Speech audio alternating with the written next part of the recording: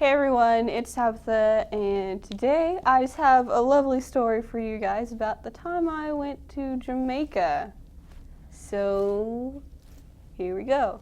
Alright, so it's spring break earlier this year, and my grandparents take my entire family to Jamaica, which is an amazing feat in itself because there are like 12, 13 of us. I don't know. There's a lot of us. There's one pregnant lady. It's a lot. It's a lot to deal with. And we're all sort of crazy and impatient. So, yeah, we get on the boat after like hours. Don't ever try to go on a cruise, ever, unless you just have a lot of time to spare and I don't know, like, it's not a fun deal trying to get on. Anyway, so we go to 3 places. We go to Cozumel, Mexico. Super creepy, no offense to the Mexicans, but you guys like your white girls and it's not okay. Like, it's just really not okay. Like one guy I have a tattoo on my shoulder, and one guy got super close, like I'm pretty sure his nose skin touched my shoulder.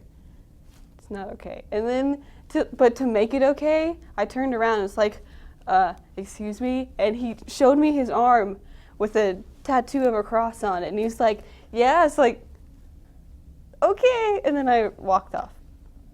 And then we also went to Grand Cayman. So many iguanas. It was really weird. Like, iguanas chilling in trees and over here and there. And there were like 7 on this church that we stopped by. It was iguana central. Okay, finally we get to Jamaica.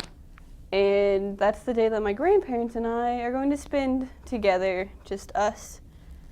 And we decide to go on a catamaran, which is like a fancy word for like a sailboat. And we also want to go snorkeling. Okay, so we get on and all the Jamaicans are just like super happy and stuff. Well, first of all, we have to go through like across Jamaica to get to Montego Bay, I think is where it was. Yeah, Montego Bay. And then we get on to go to the catamaran, and all the Jamaicans are super happy, and it's just like, oh, this is so fun. The water's really pretty, Jamaicans are happy, we're all having a good time. And we're like venturing out onto the lagoon-ish thing. I don't know what kind of body of water we were on, but we were on water in a boat. So we're going. And then we stop, and we're finally at like the place for us to snorkel. So I'm like, yeah, snorkeling.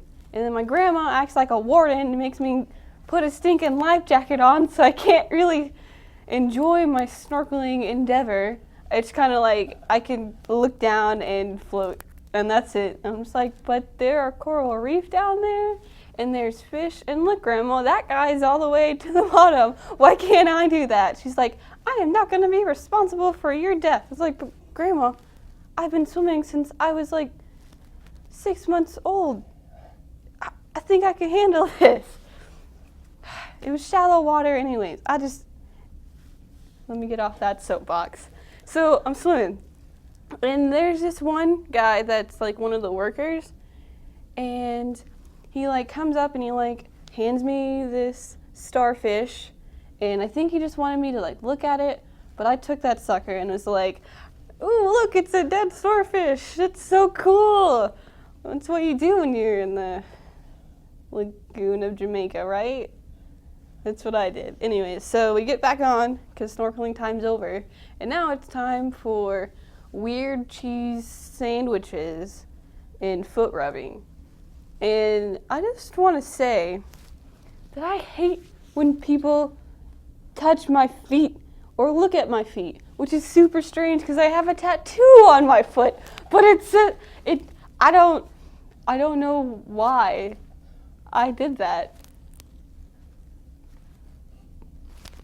Anyways, so this one guy comes up and he's like, hey, do you want a foot rub? And I'm like, no, but ask my grandma. And my grandma was so excited that she basically like shoved my grandpa out of the way and said, here, and like plopped her foot on the seat, on the bench that we were sitting on, and I was just like, okay. So I like awkwardly went around and sat behind my grandpa, and you know, women getting foot rubs from these strange Jamaican men that I just met like maybe an hour and a half ago. And I'm thinking, I wouldn't even let my husband of 38 years do that to me. But, you know, just looking around, and you know those moments when you make eye contact with someone and you automatically think, oh my gosh, this cannot, what?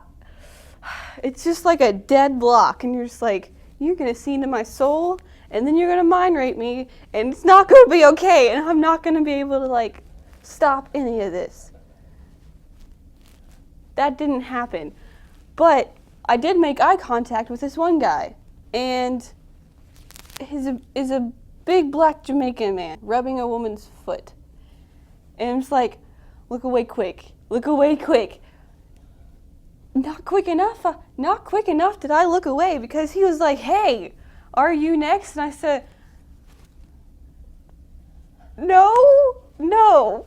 And he's like, yeah, you know, you want, no, I don't like people touching my feet. And the whole time he's like badgering me. I'm just like looking straight down. It's like, no, this is not happening.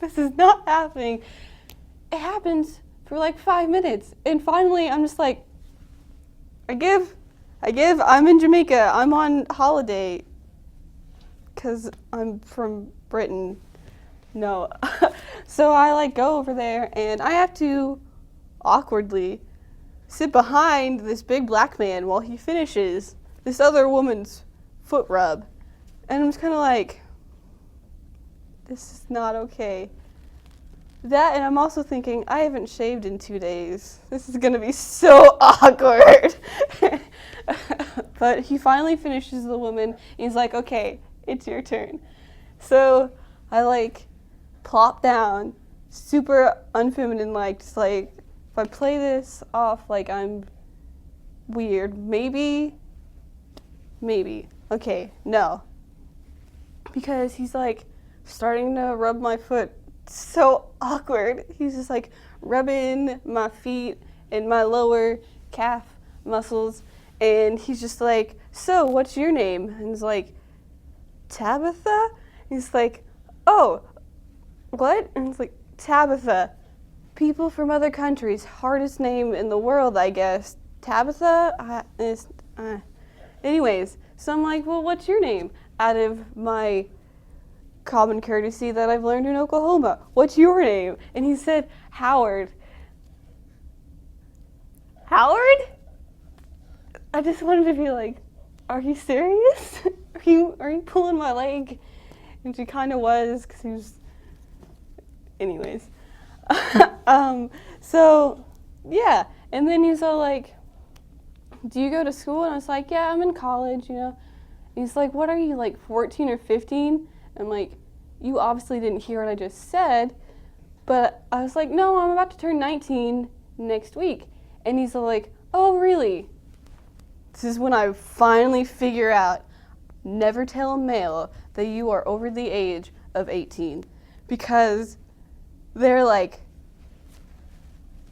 sparks flying, and you're just like, oh my gosh, he's gonna wanna marry me, and he's gonna take me away from my family, and this is not okay. I shouldn't have said that I was gonna be 18 or 19. Anyways, so tell him I'm 19, and he's like, oh, okay, a little bit of casual talk in between. Then he sees this bad boy, and then I realize I can't lie to people, because he sees it and he's like, oh, are you married? Well, no. He's like, what is that, an engagement ring? No, it's a purity ring. It means I won't have sex or anything like that until my wedding night. And he's like, so you're a virgin? yeah, I am. And he's just like, oh my goodness. So what does that ring actually mean? Like, well, it I would give it to him in like to my husband on my wedding days, like at night. It's like, no, it would be part of the ceremony, like, hey babe, I saved this for you, piece of metal. No, actually anyways, so yeah. And he was just like super awed by that. And then while rubbing my feet, need I remind you, he looks me dead in the eyes and he says, can I be your husband? It's like, I don't know about that. Everything inside me just wants to run away and go hide behind my grandpa. But I can't because homeboy has a hold on my foot. So I'm just like, I don't know what to do. And then, in true Jamaican style, they turn on some dance music.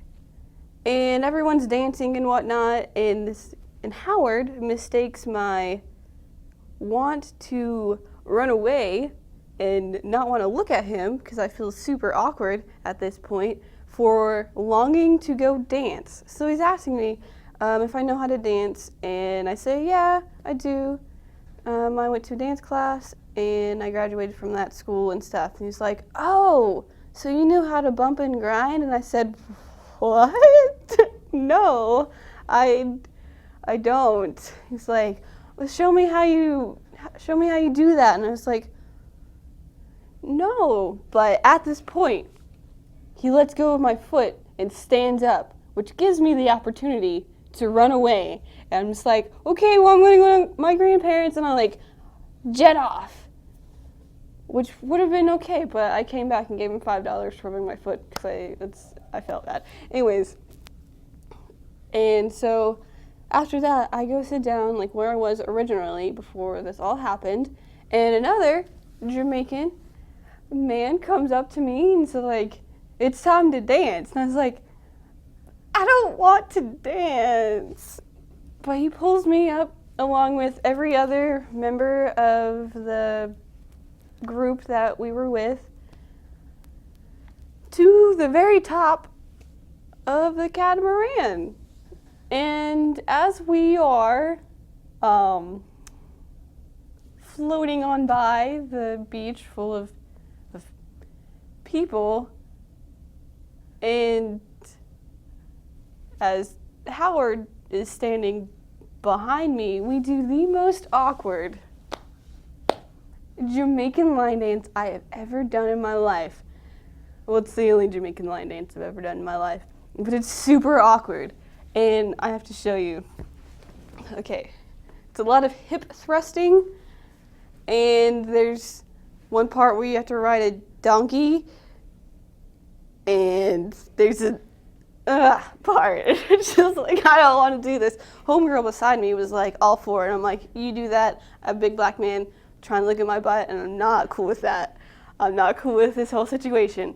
But you just like, it's going to be super awkward. You'd have to like go to one side and then the other, and then you go back, and then you have to forward thrust, and at the same time you go, and I'm just like, okay. And then the other part is you have to ride a donkey, and it's something like that, or I don't know. I'm just like, I don't want to do that. I don't want to do that. And then what else is there? There's so many things in this one dance, especially with, again, Howard standing behind me, like my butt, Howard. That was not okay. And then the people on the beach who were standing there like, oh, hey, guys. And I'm like, oh, hey. So I stood there most of the time, sort of moving and not really ing at all. But yeah, and then we finally dock back where we originally started. And then we left, and Howard, of course, had to say goodbye to me. And I was just like, deuces. And like, off I went. Like, I left my grandparents behind me. I was like out of there. It's like, nope. And then we got back to the States after like 2 days from leaving Jamaica, because we came right back to Texas. And we come back to the States and we go to Walmart, and for the next week, every time I saw a big black man, I was like, oh my gosh, Howard has found me. I'm gonna be kidnapped and have to go to Jamaica, and it's not gonna be okay. It was so scary, but yeah. Even though I went through all of that, I would love to go back to Jamaica. Maybe live there one day, because it's super chill and stuff. So yeah, that's all I got. Later.